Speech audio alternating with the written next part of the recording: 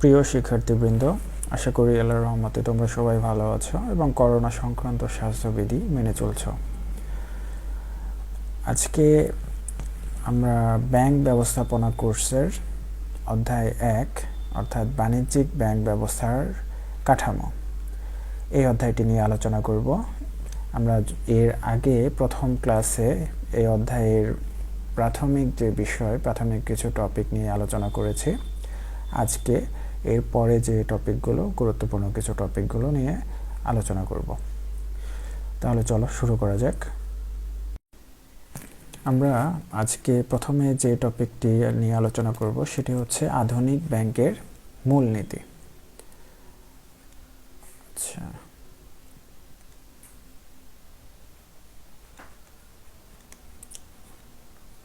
আধুনিক ব্যাংকের মূলনীতি অর্থাৎ যেটাকে বলা হচ্ছে principles of modern banking. Principles of modern banking. আচ্ছা, তাহলে আমরা আজকে আধুনিক ব্যাংকের মূলনীতিগুলো নিয়ে আলোচনা করব। এখন ব্যাংকের যে মূলনীতিগুলো, সেই মূলনীতিগুলো জানার আগে আমরা মূলনীতি শব্দটি দিয়ে কি বুঝি এটি একটু আমাদের আলোচনা করা দরকার। অর্থাৎ মূলনীতি বা নীতি জিনিসটা কি, বা যেটিকে বলা হচ্ছে ইংরেজিতে প্রিন্সিপালস বলা হচ্ছে, সেই প্রিন্সিপালস জিনিসটা কি? কোনো কাজের সাধারণ নির্দেশনাই হচ্ছে নীতি। মানে কোনো একটি কাজ করতে গেলে একটা সাধারণ কিছু নির্দেশনা দেওয়া থাকে, সেই সাধারণ নির্দেশনাগুলোর উপর ভিত্তি করে যদি কোনো কাজ করা হয় সেটি হচ্ছে নীতি। এবং এটি হচ্ছে যখন একটা কাজ করা হবে, কাজ করার সময় সেই জিনিসটা মাথায় রাখতে হবে যে আমাদের যে এরকম বিভিন্ন ধরনের যে নীতিগুলো আছে সেই নীতি অনুসারে আমাদের কাজ করতে হবে, এবং এই যে নীতিগুলো সেট করা থাকে সেই নীতির বাইরে কাজ করা যাবে না। তাহলে আমরা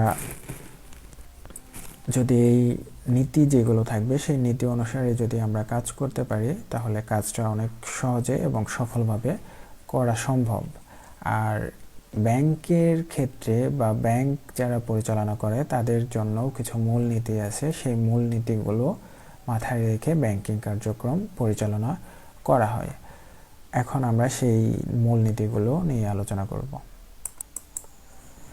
প্রথমে যে মূলনীতিটি আছে সেটি হচ্ছে সচ্ছলতার নীতি।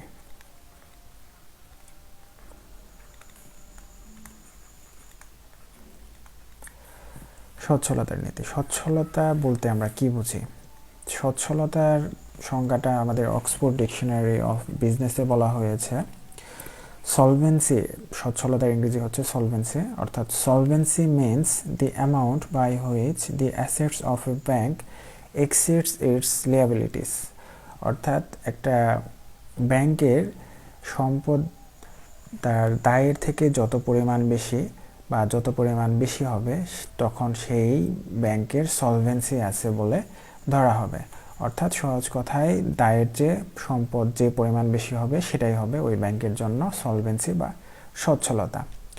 তার মানে হচ্ছে একটি ব্যাংকের ক্ষেত্রে এই সচ্ছলতার নীতিটা সবসময় মাথায় রাখা উচিত। কারণ হচ্ছে যদি এই আর্থিক সচ্ছলতা না থাকে একটা ব্যাংকের ক্ষেত্রে তাহলে কিন্তু ওই ব্যাংকের তার ব্যাংকিং কার্যক্রম পরিচালনা করা মোটেই সম্ভব নয়। সেজন্য যে কোনো কাজ, ব্যাংকিংয়ের যে কাজগুলোই করা হোক না কেন, যে সিদ্ধান্ত নেওয়া হোক না কেন, যে ডিসিশন নেওয়া হোক না কেন, সবার প্রথমেই মনে রাখতে হবে সচ্ছলতার নীতি ব্যাপারটা। তার মানে হচ্ছে এই তাদের দায়ের থেকে সম্পদটা যেন অবশ্যই বেশি থাকে, এরকম চিন্তা ভাবনা থেকে তাদের কার্যক্রম বা সিদ্ধান্ত গ্রহণ করতে হবে। এরপর যে নীতিটি নিয়ে আলোচনা করব সেটি হচ্ছে নিরাপত্তার নীতি।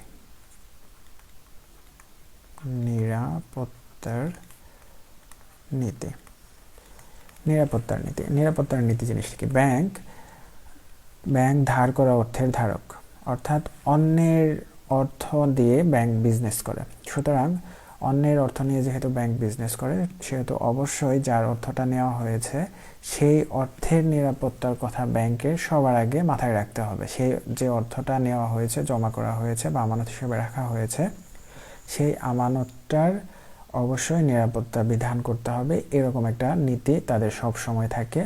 একই সাথে ব্যাংক যে বিনিয়োগ করে যে জায়গাতে বা যেখানে যাকে ঋণ দেওয়া হোক না কেন বা যে সম্পদ ক্রয় করা হোক না কেন বা যেখানে বিনিয়োগ করা হোক না কেন, সেই বিনিয়োগের ক্ষেত্রে তাদের বিনিয়োজিত টাকার নিরাপত্তার কথাও ব্যাংকে মাথায় রাখতে হয় এবং সে অনুসারে তাদের কাজ করতে হয় এবং সিদ্ধান্ত নিতে হয়।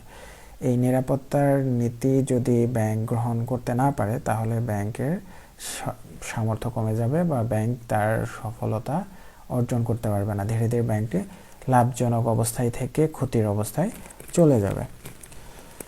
এরপর আমাদের যে পরের নীতিটা মাথায় রাখতে হয় ব্যাংকিং করার ক্ষেত্রে, সেটা হচ্ছে ঋণদান নীতি।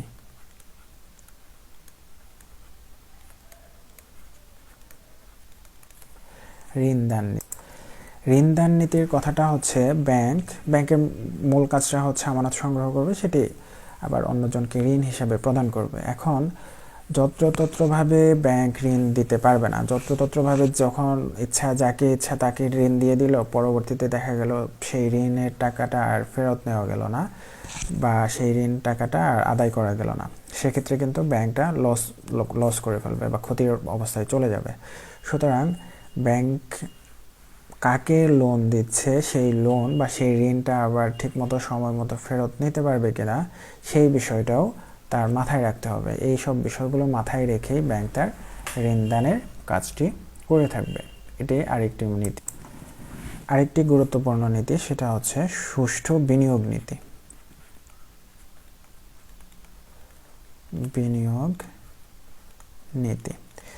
ব্যাংক যে টাকাটা আমানত হিসেবে তাদের কাছে রাখে, সেই আমানতকৃত টাকাটা কিছু অংশ ঋণ হিসাবে দিয়ে থাকে, আবার কিছু অংশ বিভিন্ন জায়গাতে বিনিয়োগ করে থাকে। বিনিয়োগ করার আগে তার যে কোনো ব্যাংকের কিছু নীতি থাকে যে কোথায় কি পরিমাণ অর্থ বিনিয়োগ করা হবে এবং সেটি কিভাবে বিনিয়োগ করা হবে, কত মেয়াদের জন্য বিনিয়োগ করা হবে, সেটি থেকে কি পরিমাণ মুনাফা হলে আমরা ব্যাংক সেখানে বিনিয়োগ করবে। এই সব বিষয়গুলো একটা এইসব বিষয়ে কিছু নীতিমালা থাকে এবং ব্যাংক সেই নীতিমালা অনুসারেই তাদের বিনিয়োগ কার্যক্রমগুলো পরিচালনা করে থাকে। এরপরে যে নীতিটি আলোচনা করব সেটি হচ্ছে সততার নীতি।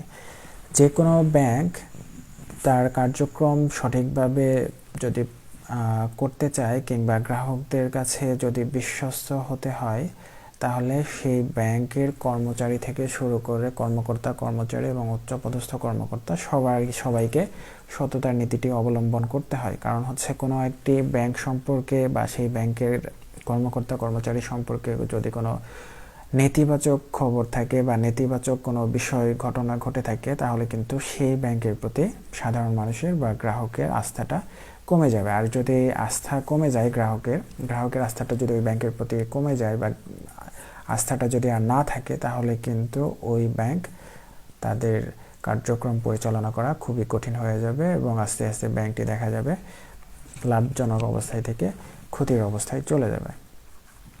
এই জন্য প্রত্যেকটা ব্যাংকের উচিত তাদের প্রত্যেকটা কর্মচারী এবং উচ্চপদস্থ ডিসিশন মেকার যারাই থাকুক না কেন, এই সততার নীতিটা খুব স্ট্রিক্টলি মেনটেন করা উচিত। এরপরে যে নীতি আলোচনা করব সেটি হচ্ছে তারল্য নীতি। তারল্য শব্দটা বলতে কি বোঝায়? তারল্য হচ্ছে গ্রাহক যখন তাদের টাকাটা ফেরত চাইবে, সেই চাহিদা মাত্র তার টাকাটা ফেরত দেওয়ার ক্ষমতাই হচ্ছে তারল্য। তার একজন গ্রাহক যখন ব্যাংকে তার টাকাটা আমানত হিসাবে জমা রাখে, তখন তার যে কোনো প্রয়োজনে যে কোনো সময় তার টাকাটা ফেরত চাইতে পারে, তখন নিয়ম অনুসারে তার টাকাটা ফেরত দিতে হবে। এখন ব্যাংকের এজন্য গ্রাহকের টাকা চাহিদা মাত্র যাতে ব্যাংক তার টাকাটা ফেরত দিতে পারে, সেজন্য কিছু নির্দিষ্ট পরিমাণ টাকা ব্যাংকে সবসময় জমা রাখতে হয়, যেটাকে বলা হচ্ছে তারল্য ক্ষমতা বা তারল্য সক্ষমতা। এটি ব্যাংকের খুব গুরুত্বপূর্ণ একটা নীতি, কারণ হচ্ছে গ্রাহকের টাকাটা ফেরত দিতে হবে এই ভেবে যদি বেশি পরিমাণে টাকা ব্যাংকে জমা রাখা হয় তাহলে কিন্তু ওই টাকাটা অলস পড়ে থাকবে, যেটি ব্যাংক তার লাভ লাভ করার কথা যে টাকাটা বিনিয়োগ করে সেটাই করতে পারবে না। আবার এমন যদি হয় যে খুব বেশি টাকা আমানতের বেশি পরিমাণ টাকা বিনিয়োগ করে ফেলেছে, তাহলে কিন্তু আবার গ্রাহক যখন তার টাকাটা ফেরত চাইবে তখন কিন্তু সময় মতো গ্রাহকের টাকাটা ফেরত দেওয়া সম্ভব নাও হতে পারে। এই জন্য এমন পরিমাণে টাকাটা জমা রাখতে হবে ব্যাংকের কাছে যাতে গ্রাহক যখনই টাকাটা চাইবে মাত্র তার টাকাটা ফেরত দেওয়া সম্ভব হবে, কিংবা এমন বেশি পরিমাণও রাখা যাবে না টাকাটা যাতে বিনিয়োগ না করে সেই টাকাটা অলস যাতে না পড়ে থাকে সে বিষয়টাও আমাদের খেয়াল রাখতে হবে। এটি হচ্ছে একটি ব্যাংকের তারল্য নীতি। এখন দেখব আরেকটি নীতি, সেটি হচ্ছে কর্মদক্ষতার নীতি। কর্মদক্ষতার নীতি, দক্ষতা জিনিসটা কি? দক্ষতা হচ্ছে কম সম্পদ ও কম সময় ব্যয়ে উদ্দেশ্য অর্জনের সামর্থ্যকেই বলা হয় হচ্ছে দক্ষতা। অর্থাৎ কম সম্পদ ব্যয় করে কম সময় ব্যয় করে যখন একটা উদ্দেশ্য অর্জন করা সম্ভব হয় যদি, তাহলে সেটাকে বলা হবে হচ্ছে দক্ষতা। তো একটা ব্যাংকের ক্ষেত্রে যদি দক্ষতা অর্জন করতে হয় তাহলে সেই দক্ষতাটা কাদের দ্বারা অর্জন করতে হবে? এটা একটা ব্যাংকের যে কর্মচারী আছে তারাই মূলত হচ্ছে কর্মদক্ষতা দেখাতে হবে। তাদের কর্মদক্ষতার উপর ভিত্তি করে মানুষ সেই ব্যাংকের প্রতি আকৃষ্ট হবে। সুতরাং তাদেরকে প্রশিক্ষণের মাধ্যমে বা যে কোনোভাবে হোক তাদেরকে কর্মদক্ষ করে তুলতে হবে। এটি হচ্ছে ব্যাংকের আরেকটি মূলনীতি। এরপর দেখব মিতব্যয়িতার নীতি।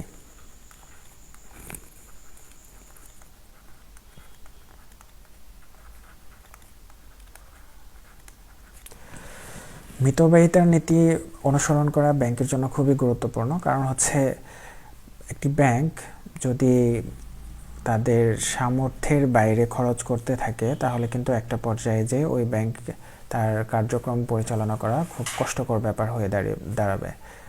সুতরাং একটি ব্যাংকের ক্ষেত্রে ওই জিনিসটা খুব সবসময় খেয়াল রাখতে হবে যে তাদের যে খরচটা সেই খরচটা বেশি হয়ে যাচ্ছে কিনা, কিংবা সেই খরচটা মিনিমাইজ করা সম্ভব কিনা। সুতরাং এই বিষয়গুলো মাথায় রাখাও একটি ব্যাংকের জন্য আরেকটি মূলনীতি। এরপর আমরা দেখব হচ্ছে সেবার নীতি।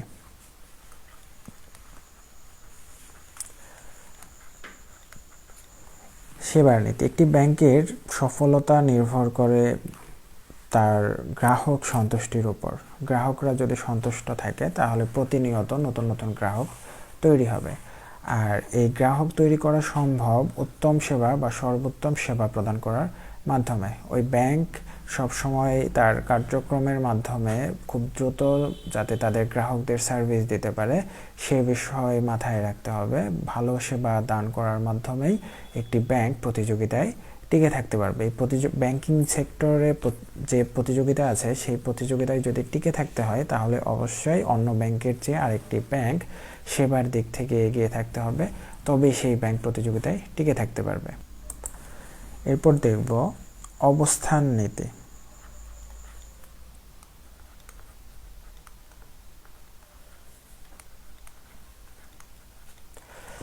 একটি ব্যাংকের শাখার অবস্থানটা কোথায় হবে সেটি তার সিদ্ধান্ত গ্রহণ খুবই গুরুত্বপূর্ণ একটা সিদ্ধান্ত। কারণ হচ্ছে এমন জায়গাতে বা এমন একটা অবস্থানে একটা ব্যাংকের শাখা খোলা উচিত যেখানে ব্যবসায়িক কার্যক্রমটা বেশি থাকে বা আর্থিক লেনদেনটা বেশি হয়ে থাকে। এমন কোনো অবস্থানে তার শাখা বা ব্যাংক স্থাপন করা যাবে না যেখানে আর্থিক কার্যক্রম বা ব্যবসায়িক কার্যক্রম খুবই সামান্য।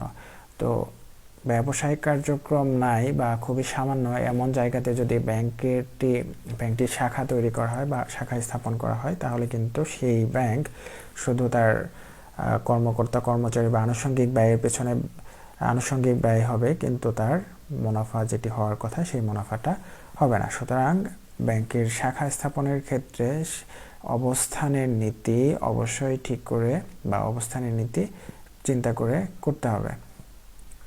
এরপর আমরা দেখব আরেকটা নীতি, সেটি হচ্ছে গোপনীয়তার নীতি।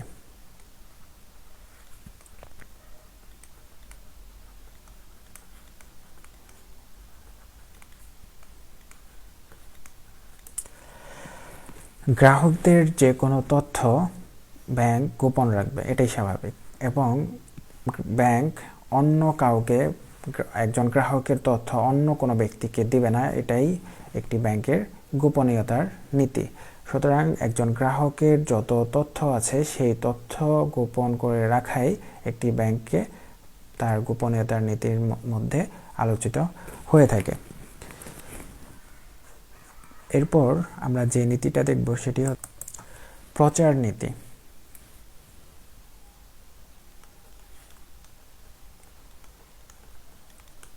প্রচার নীতি, প্রচার এই প্রসার, এটা এই কথাটা তোমরা সবাই শুনে থাকবে। প্রচার করা ছাড়া প্রসার করা খুবই ডিফিকাল্ট একটা বিষয়। একটা ব্যাংক ভালো সার্ভিস দিচ্ছে, কিন্তু তার যদি প্রচারণা না থাকে বা মানুষ যদি জানতেই না পারলো যে ওই ব্যাংক ভালো সার্ভিস দিচ্ছে, তাহলে কিন্তু নতুন নতুন গ্রাহক তৈরি হবে না সেটি। সুতরাং একটি ব্যাংক তার কাস্টমার বা তার গ্রাহক, নতুন নতুন গ্রাহক তৈরি করার জন্য তার প্রচারণার নীতিটা খুবই গুরুত্বপূর্ণ একটি বিষয়। রেডিও, টেলিভিশন বা পেপারে বিজ্ঞপ্তি বা বিজ্ঞাপন দেওয়ার মাধ্যমে প্রচারণা করতে পারে। এই সব বিষয়গুলোই হচ্ছে মূলত প্রচারণার নীতি। এরপর দেখব আরেকটি নীতি, সেটি হচ্ছে আধুনিকায়নের নীতি।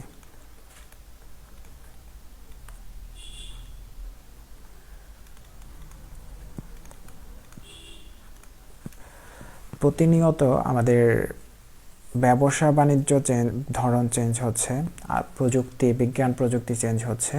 সুতরাং নতুন নতুন ধরনের ব্যবসা বাণিজ্য, নতুন নতুন ধরনের প্রযুক্তি, এগুলোর সাথে তাল মিলিয়ে চলতে গেলে ব্যাংকের আধুনিকায়ন করাটা অত্যন্ত জরুরি একটা বিষয়।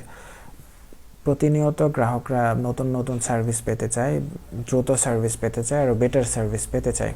আর এই বেটার সার্ভিস দেওয়ার জন্য একটা ব্যাংককে অবশ্যই আধুনিকায়নের নীতি মেনে চলতে হবে। কোনো একটা ব্যাংক যদি গতানুগতিক ধারায় কোনো তার ব্যাংকিং বিজনেস পরিচালনা করে থাকে, তাহলে কিন্তু অন্য ব্যাংকের সাথে সে প্রতিযোগিতায় টিকতে পারবে না।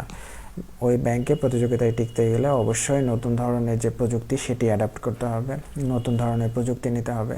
তার গ্রাহককে আরও বেটার সার্ভিস, কুইক সার্ভিস দেওয়ার জন্য যত ধরনের প্রযুক্তি আছে, যত ধরনের আধুনিক কলাকৌশল আছে, সেই কলাকৌশলগুলো নিয়ে আসতে হবে ব্যাংকিং সার্ভিসের ক্ষেত্রে। তো এই আধুনিকায়নটা যত বেশি করে করা সম্ভব হয় যদি যে ব্যাংকের পক্ষে, সেই ব্যাংকটাই প্রতিযোগিতায় টিকতে পারবে।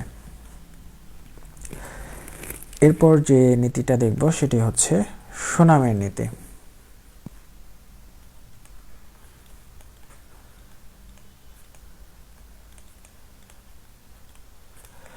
একটি ব্যবসা প্রতিষ্ঠান যেমন একটি ব্যবসা প্রতিষ্ঠান কিংবা একটি পণ্যের ক্ষেত্রে সুনাম যেমন গুরুত্বপূর্ণ, ব্যাংকের ক্ষেত্রেও সুনাম খুবই গুরুত্বপূর্ণ। একটি ব্যাংকের সবসময় খেয়াল রাখা উচিত যে ওই ব্যাংক যাতে তার সুনামটা ধীরে ধীরে বৃদ্ধি করতে পারে।